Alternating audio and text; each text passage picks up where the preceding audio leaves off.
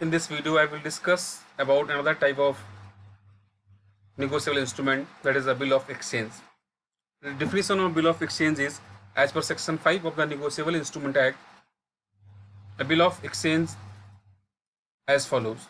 A bill of exchange is an instrument in writing containing an unconditional order signed by maker directing a certain person to pay a certain sum of money only to or to the order of a certain person or to the bearer of the instrument.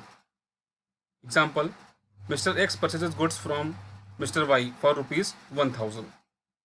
Mr. Y buys goods from Mr. S for rupees 1000. Then Mr. Y may order Mr. X to pay rupees 1000 to Mr. S, which will be nothing but a bill of exchange.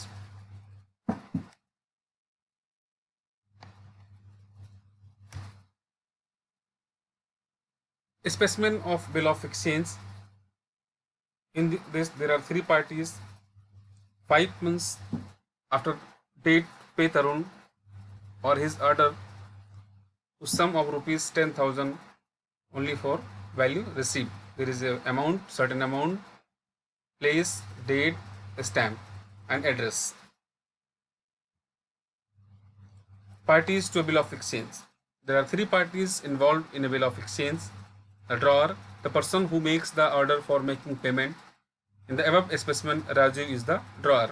The dry, a person to whom the order to pay is made. He is really a debtor of the drawer. It is Samir. In this case, the payee, the person to whom the payment is to be made. In this case, it is Tarun. Drawer can also draw a bill in his own name, thereby he himself becomes a payee. Where the words in the bill would be pay to us or order. A bill where a time period is mentioned, just like the above specimen, it is called a time bill. But a bill may be made payable on demand also. This is called a demand bill. In demand bill, payable on demand. In time bill, there is specific time. After that, parties can take the payment. Essentials of bill of exchange. There are various essentials of bill of exchange. These are as below. It must be in writing. An oral instrument is not a valid bill of exchange. It must contain an order to pay. A mere request to pay on account will not amount to an order. The order to pay must be unconditional. If there is a conditional order, it is not a bill of exchange. It must be signed by drawer. There should be a signature of drawer. Without signature, bill of exchange is not valid. The drawer, dry, and payee must be certain. If there is any ambiguity regarding the identity of the drawer, dry, and payee, then it is not a legal bill of exchange. A bill cannot be drawn on two or more dries, but may be made payable in the alternative to one of two or more payees. The sum payable must be certain. There is no ambiguity regarding the amount mentioned on the bill of exchange. The bill must contain an order to pay money only. If there is difference thing in the order and contain not money, there is another thing which is promised to pay, it is not a bill of exchange. In bill of exchange, only money is ordered to pay. It must comply with the formalities as regard date, consideration, stamp, etc. If all these are not available in a bill of exchange, it will not a legal bill of exchange. So date, consideration, stamps are essential for a valid bill of exchange. Difference between bill of exchange and promissory note. Where we can discuss about the different types of differences in the bill of exchange and promissory note. First one, number of parties. In bill of exchange, there are three parties: drawer, dry, and payee.